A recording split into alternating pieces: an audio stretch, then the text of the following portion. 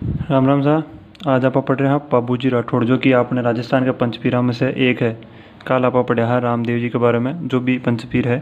तो अब देखा पाबूजी राठौड़, तो पाबूजी राठौड़ एक हर लोक देवता कोई कार्यताणी प्रसिद्ध होया करे है।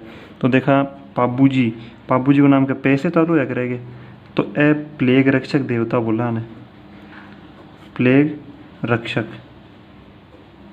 और एक ऊँटा ताणी भी वहाँ की पूजा की जाए है। ऊँटा के लिए अगर ऊँट बीमार हो जाए है तो ऊँट ताणी भी प्रार्थना करी जाए पाबूजी से। ठीक है। आकी जन्म की बात करें पाबूजी की, पाबूजी को जन्म हुआ हो कोलूमंड नामक गांव पर। और कोलूमंड कटे है जोधपुर में। कोलूमंड है जोधपुर के मायने। आके माता जी को नाम हो कमला दे,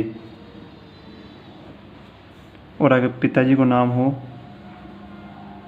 धांधड़ देव। क्या नाम है बाबूजी को पूरा? बाबूजी राठौड़। तो आगे पिताजी को नाम हो धांधड़ देव राठौड़। आगे पैसा आप याद करें कि प्लेग रक्षक, तो पैसे एक और चीज़ याद कर सका कि बाबूजी की पत्नी प्यार दे, जहाँ को पूरा नाम हो वहाँ को सुप्यार दे। और इकट्ठा की ही अमरकोट की।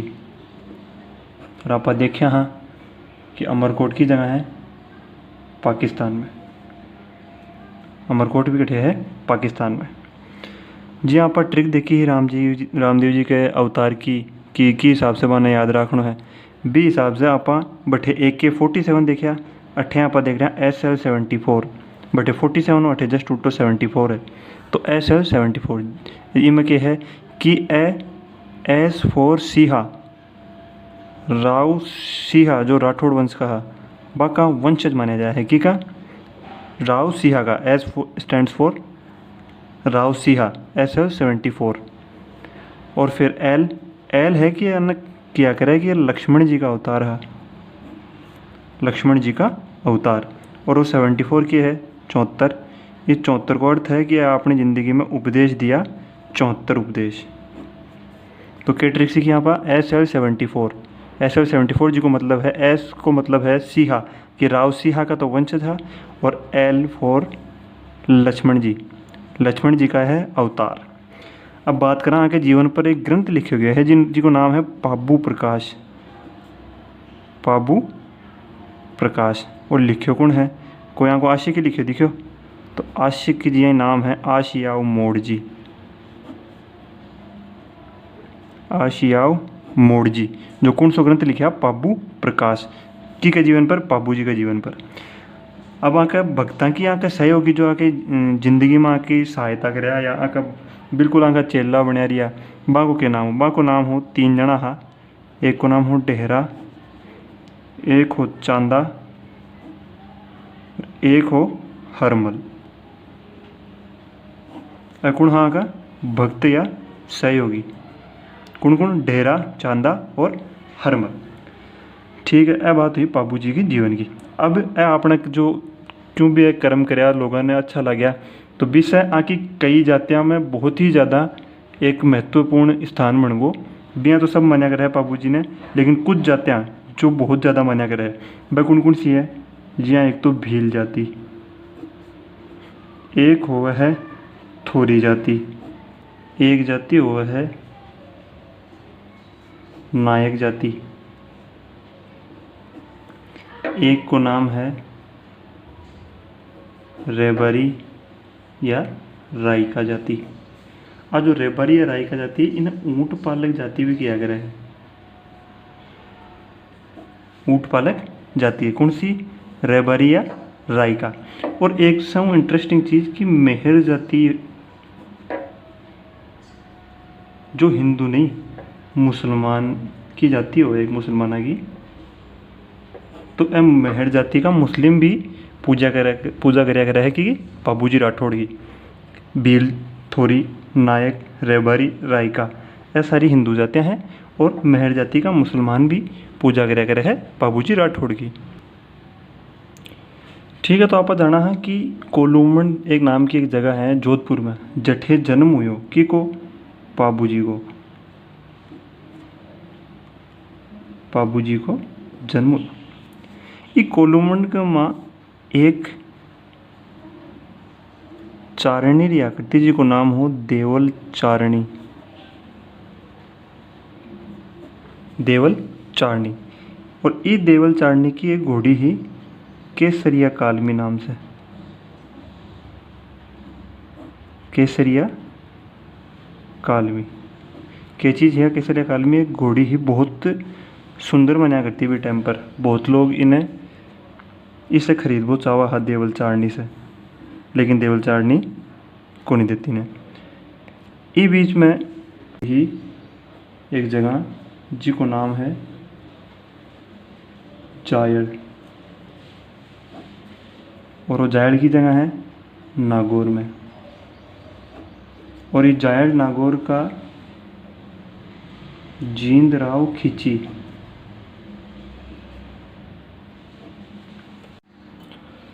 तो अठे जींदराव खिची से पाबू जी की सिस्टर की शादी हुआ बाद में कोई एक टाइम पर, वो जींदराव खिची आयो अठे पाबू जी के जन्म स्थान पर, जो कौन सी जगह ही कोलूमंड में। ई कोलूमंड में वो देखो कि केसरिया कालमी आ जो घोड़ी ही आ विचरण कर रही ही, तो जींदराव खिची ई पर इन्हें खरीदवा की इच्छा जताई, पर देवल चारणी मना कर देनी। जना जींदराव खिची अठे थोड़ो रोड़ो कर लागो, जिसे पाबू जी आया इन्हें समझाने खातिर, तो पाबू जी से भी वो मान्यो को नहीं, तो पाबू जी और जींदराव खिची के बीच में दरार पड़ गई बात से, और जींदराव खिची और पाबू जी का संबंध बिगड़ गया। ठीक है, ये बात न दिनों आया बी के बाद में पाबू जी को संबंध जो सगाई हुआ है वह फिक्स हुई अमरकोट में।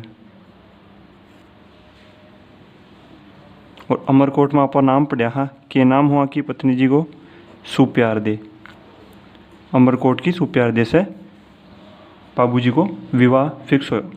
अब विवाह तणी जान लगे जना आकन देखा कि आकन कोई वाहन को नहीं हो, मतलब जाबा तणी कोई व्यवस्था को नहीं है। जना ए देवल चारणी ने कहा कि देवल चारणी थारिया केसरिया कालमी नाम की घोड़ी है, आ मन दे दे, मन ब्याने जानो है। देवल चारणी एक बार तो मना कर दीनी, पर दोबारा थोड़ो प्रार्थना करवा पर आ घोड़ी दे दीनी, लेकिन बदला में एक वचन लियो, वचन के लियो कि पाबू जी मारे अगर कोई भी मारे गाया वाया बहुत पशुधन है, इन्हें कदे भी कोई दिक्कत आई तो थाने मदद करनी पड़ेगी। पाबू जी वो वचन देकर ये केसरिया कालमी घोड़ी से कट्ठे चाल दिया ब्याह तणी अमरकोट, और अमरकोट कट्ठे है पाकिस्तान में, अमरकोट पाकिस्तान में। ई बीच जना पाबू जी अठे गया, ये जींदराव खिंचने पतो लाग्यो कि आ केसरिया कालमी घोड़ी जो देवल चारणी मना मना कर दी नहीं, लेकिन पाबू जी ने दे दी नहीं। जना वो पीछे से अठे अटैक कर दियो देवल चारणी के, ये जो फार्म हाउस हो जो भी हो, ये पर अटैक कर दियो। इससे होगे ये पर जितनी भी गायाँ ही देवल चारणी की वो अपने साथ अठे ले गो नागौर में। देवल चारणी पूछी पाबू जी गन अठे अमरकोट, जठे पाबू जी फेरा लेवा है सुप्यार देव के साथ में, लेकिन बीच में ही फेरा छोड़ गए पाबू जी ने आनो पड़ो क्या तणी, क्योंकि देवल चारणी ने वचन दिया कि थारी गाया की रक्षा मैं कर चूँ।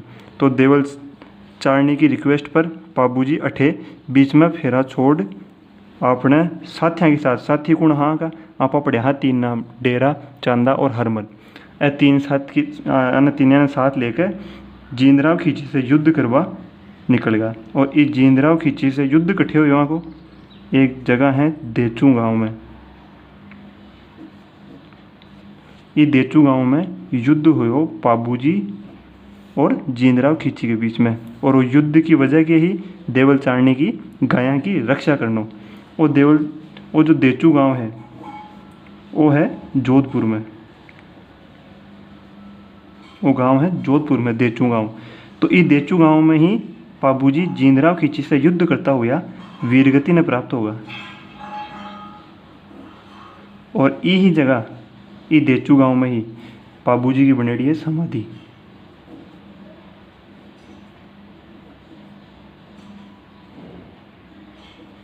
तो पाबू जी की समाधि की जगह है देचू गांव जोधपुर में। पाबू जी को जन्म हुए हो कोलूमंड जोधपुर में, और आगे समाधि है देचू गांव जोधपुर में। अब बात करें पाबू जी का मंदिर की, तो जो पाबू जी को मंदिर है सबसे मुख्य मंदिर आपको है कोलूमंड जोधपुर में। जठिया को जन्म हुयो हो बी जगह यहाँ को से बड़ो मंदिर बनेड़ो है कोलूमंड जोधपुर में। और एक और आप बाबू जी का मंदिर की बात करा तो ये आहड़ा नाम की जगह है और आहड़ा कटे है उदयपुर में। ये आहड़ा उदयपुर में भी बाबू जी को मंदिर बनेड़ो है। तो अब बाबू जी का मंदिर की बात करा तो आपको मुख्य मंदिर कटे है कोलूमंड जोधपुर में। तो वो जो मंदिर है मुख्य मंदिर वो है कोलूमंड में, कोलूमंड जोधपुर। अब हम बात करा कि बाबू जी का मंदिर में लागेड़ी प्रतिमा की, तो बाबू जी की प्रतिमा बैठे लागेड़ी है घोड़ी पर बैठेड़ी की। और घोड़ी कौन सी, जो केसर काल में घोड़ी ही देवल चारणी की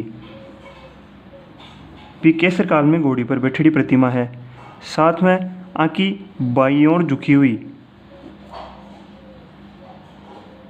बाईं ओर झुकेड़ी पाग है। एक पाग मतलब पगड़ी जो सर पर पहना करा है, बाईं ओर झुकेड़ी पाग है। और एक बौद्ध चिन्ह के रूप में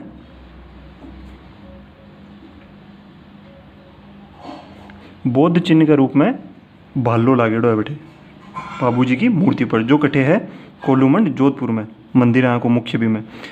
और आके वो जो कोलूमंड है अठे मेड़ो लाग्यो करे है चैत्र अमावस्या ने, चैत्र अमावस्या ने मेड़ो पर है कोलूमंड में बाबू जी को।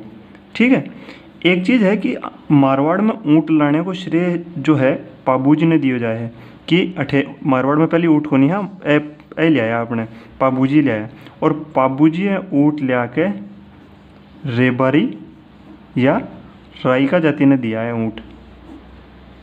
तो जज से ही रायका और रेबारी जाति का आराध्य देव कौन बन गया, बाबू जी। और जब भी कोई ऊँट बीमार हुआ है तो रेबारी या रायका जाति बाबू जी की आराधना करे है कि ऊँट ने सही करो। ठीक है, अब एक बात करना आप बाबू जी की फड़ की। तो बाबू जी को फड़ को अब वाचन है तो भोपा जो बैठे पूजा गिरा करे है वो ही वाचन करे है फड़ को। तो एक नायक जाति को भोपा, नायक भोपा वाचन करे है। अब वाचन तानी साथ में एक वाद्य यंत्र चाहिए, तो रावण हत्ता नाम का वाद्य यंत्र से वाचन किया गया है।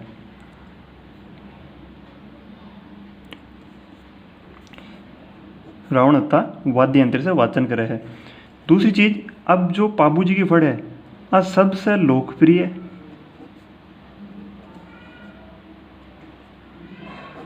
और सबसे पुरानी फड़ मानी जाए है राजस्थान में, सबसे लोकप्रिय और सबसे पुरानी फड़ मानी जाए है। एक पावड़े जिन्हें दोहा भी कह सका आप, दोहा पावड़े या पवाड़े ए गाया जाए बेटे बाबू जी के। और एक कौन सा वाद्य यंत्र से, माठ नाम का वाद्य यंत्र से बाबू जी का पावड़ा पवाड़ा या फिर दोहा क्यों भी कह सका माठ नाम का वाद्य यंत्र से गाया जाए है।